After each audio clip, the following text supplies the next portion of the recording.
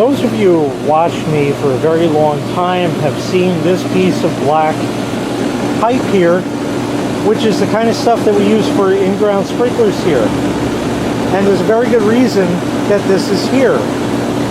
And that reason is, when I had the sprinklers installed, I think back in around 2010, maybe 2009, something, I said to the guy, can you run me, while you're doing this, a length of pipe from here over to the pool? Because now I got this gray hose. You see it run that way, and then it runs all the way around. You see it here, and it's like buried itself over the years, goes all the way to Rhoda and over. And the guy said, sure, no extra charge. He's got the ditch witch that's doing its thing or whatever. So it sat here. And you will remember that over the years, Lexmark's 567 comes for the 4th, so I got to put them to work. Here's the other end of that pipe. It's got a little crease in it from the over the years. You know how that goes. Lawnmower in that. But it always just stuck up here. And the whole idea was that this pipe would feed water to the pool. So now, finally, 15 years later, it's actually going to happen. So we went to Home Depot. This was the old fitting that was on the hose. That's no good. You can't interface that with this kind of black pipe. I cut a piece off just so we'd have it. But there was a guy there, and he actually helped us find the right parts, and this is about all we could cobble together with the junk they have. So I don't know exactly what this uses. It's pipe thread to hose thread on a barb that fits that pipe. Yes, it does fit nicely. Put a clamp on it, see, like that. And that's going to be that, and then this is going to be it. See? Fancy. Just like that. So I already not only Teflon that, but I also put an O-ring in the bottom. You can't see it. This is too hot. I only have one hand, and I don't think I can unscrew it.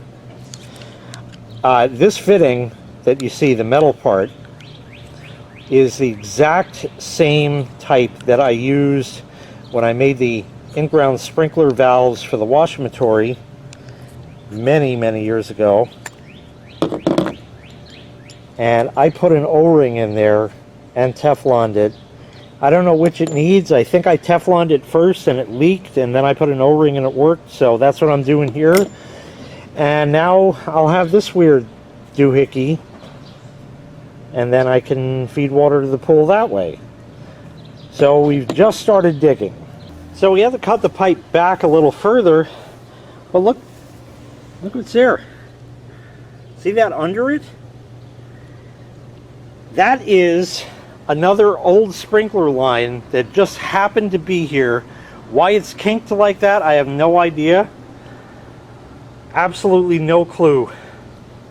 And it just ended up there, or maybe that was part of the whole ditch witch thing and they just buried that piece. I don't know exactly.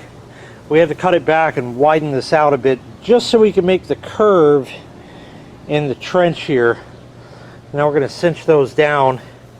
It's going to go here, and then that fitting that I showed you before with the Teflon and the O-ring was there. But I'll tell you a little interesting story on the way. So I went to Home Depot, and normally I go in there and I have to ask if they have their shit together today. Well, there was a guy who had a little bit of a Spanish accent. That's fine.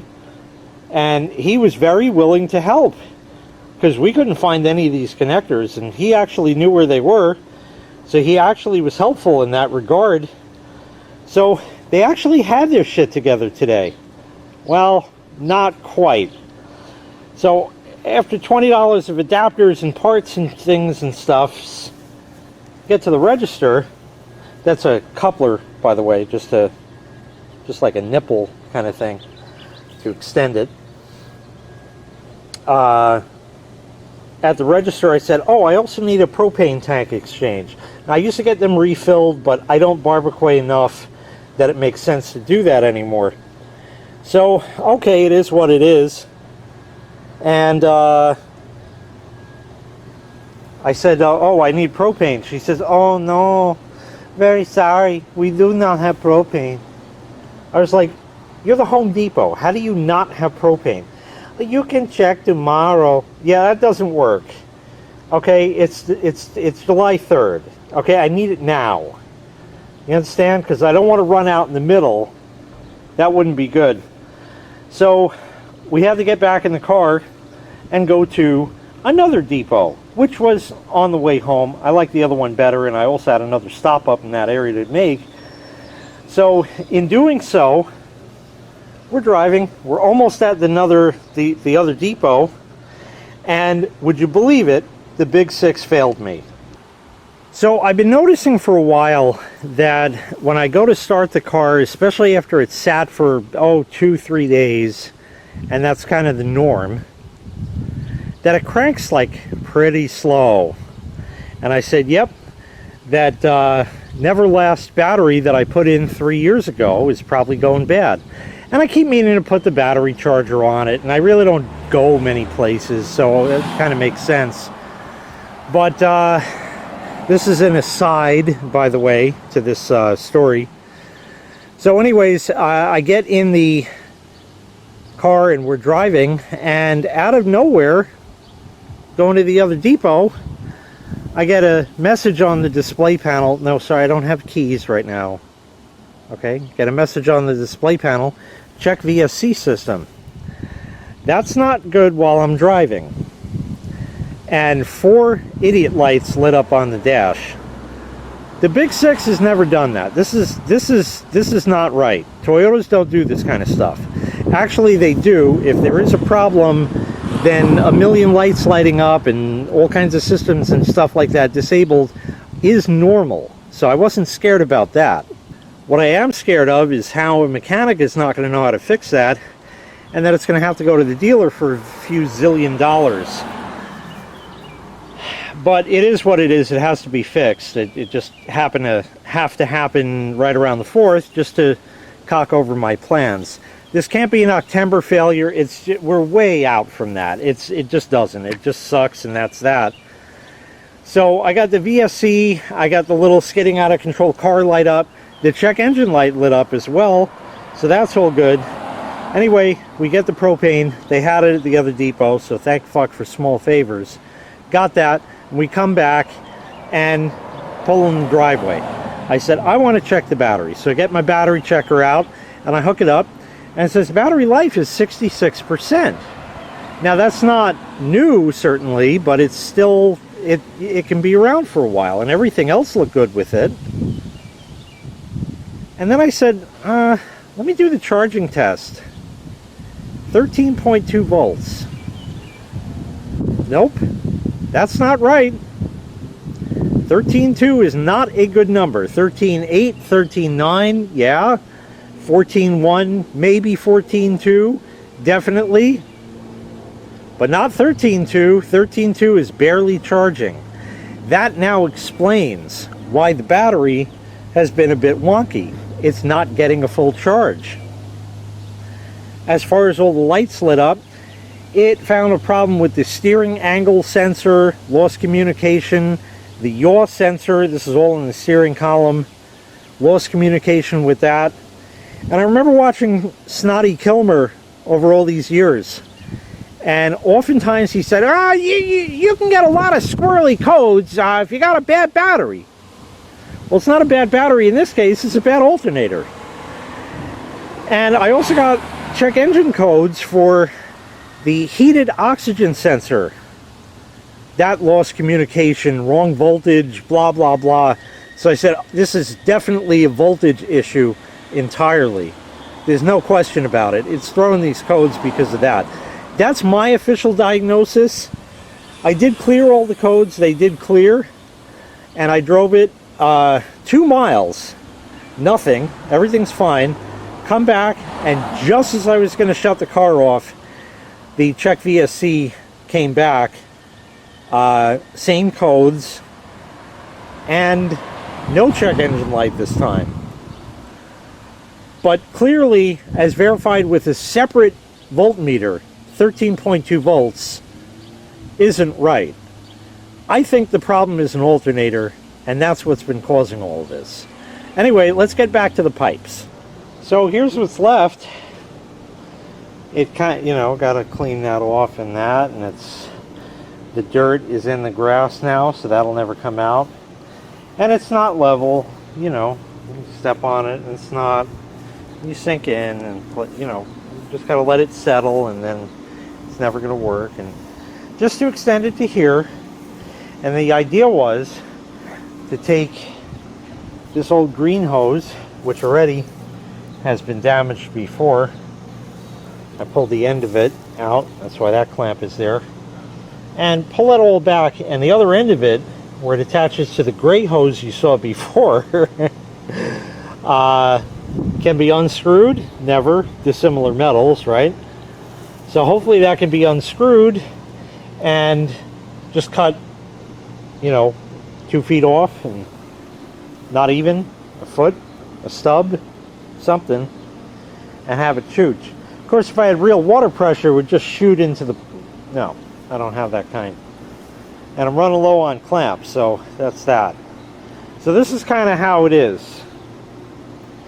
It's... may not be fixed, but it's different. Oh, why looky here. My lucky day. And we cut it. Great. How you doing? How you doing? So we got a new channel going here that we're gonna figure it out. From an old sprinkler system that was here when it, ooh, there's wildlife. Oh well. From an old sprinkler system when I moved in, there used to be a pipe just like this that kind of came out of the ground somewhere in this neck of the woods. And when I turned the water on in the house, it would just gush out of there. So something, I guess when they put the pool in, they severed it, and somewhere, probably here, is where the control box is, considering there are wires here that run straight across. So I don't know where it is, but we never did find that either. And there used to be a sprinkler head back in the day, right in the corner there before the ACs existed. So we found that when the berry plant was here, and Julio from the schoolyard came to take that out. Might be a link in the description to that. I think I had a video on that. So yeah, we're just going to kind of make believe the wires don't exist and just carry on, because I have no idea what else they could possibly be for. And over there is the water kind. Yay! One borrowed hose clamp later, something else. And we cut off that piece you just saw and made that. Sprinklers will never work again. It doesn't go to my system. So that's fine. And that somewhere is hooked into the water. Now we just have to bury it. I think we can actually test it now. Yeah. Let me get down there.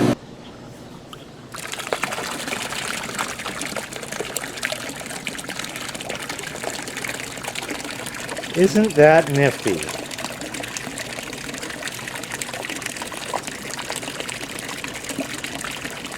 I don't even need to put a piece of hose on it. There actually is enough chooch. It's got bubbles. It's flushing. Oh yeah, there was some good stuff. Oh well.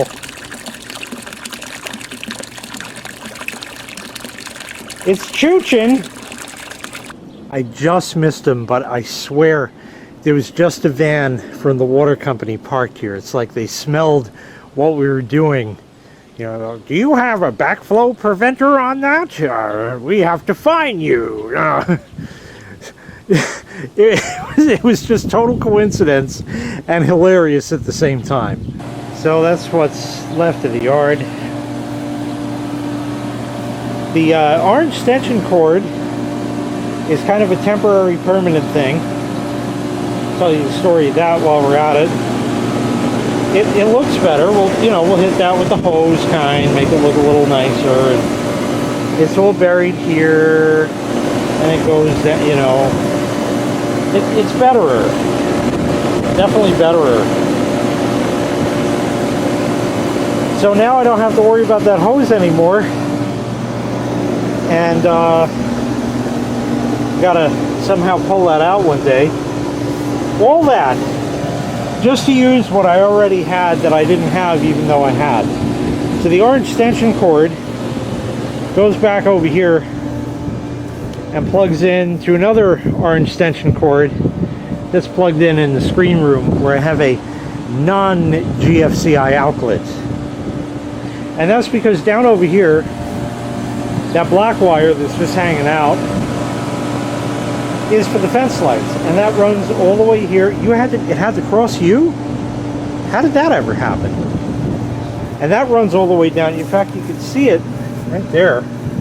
So that's been burying in. There's another little piece of it over the years, and it goes in behind Rhoda here.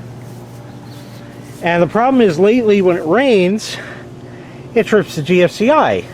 And the problem with that, which ties into when the pool blew up,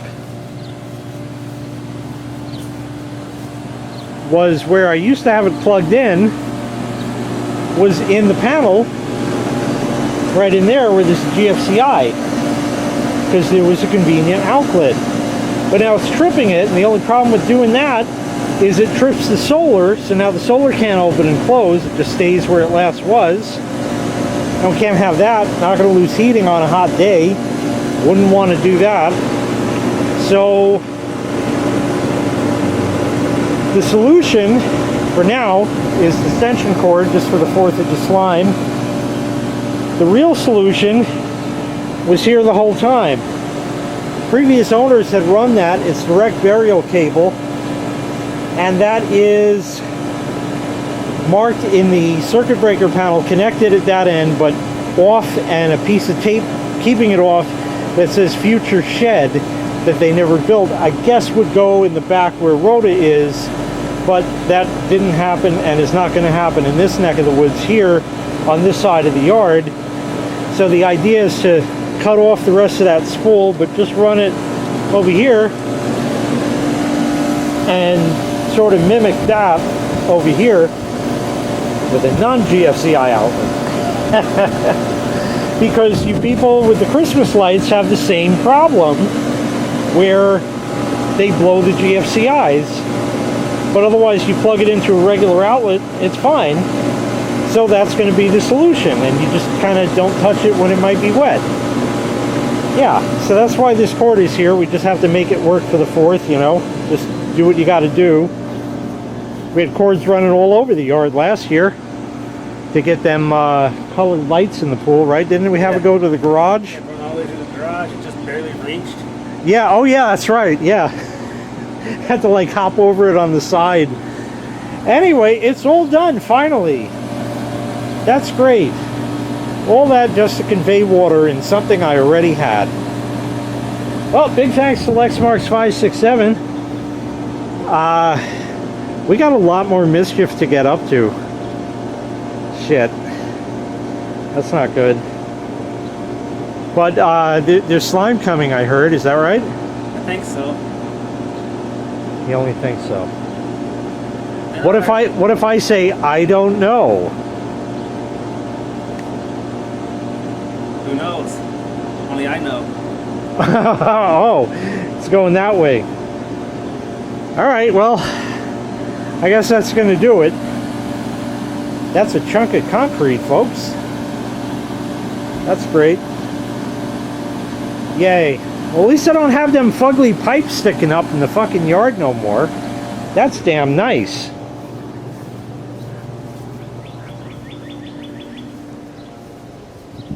It just sticks up right where it sticks up, I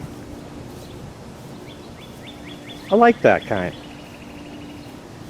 Why the sprinkler dick couldn't have just done, 2 minutes more work and put it where I needed it?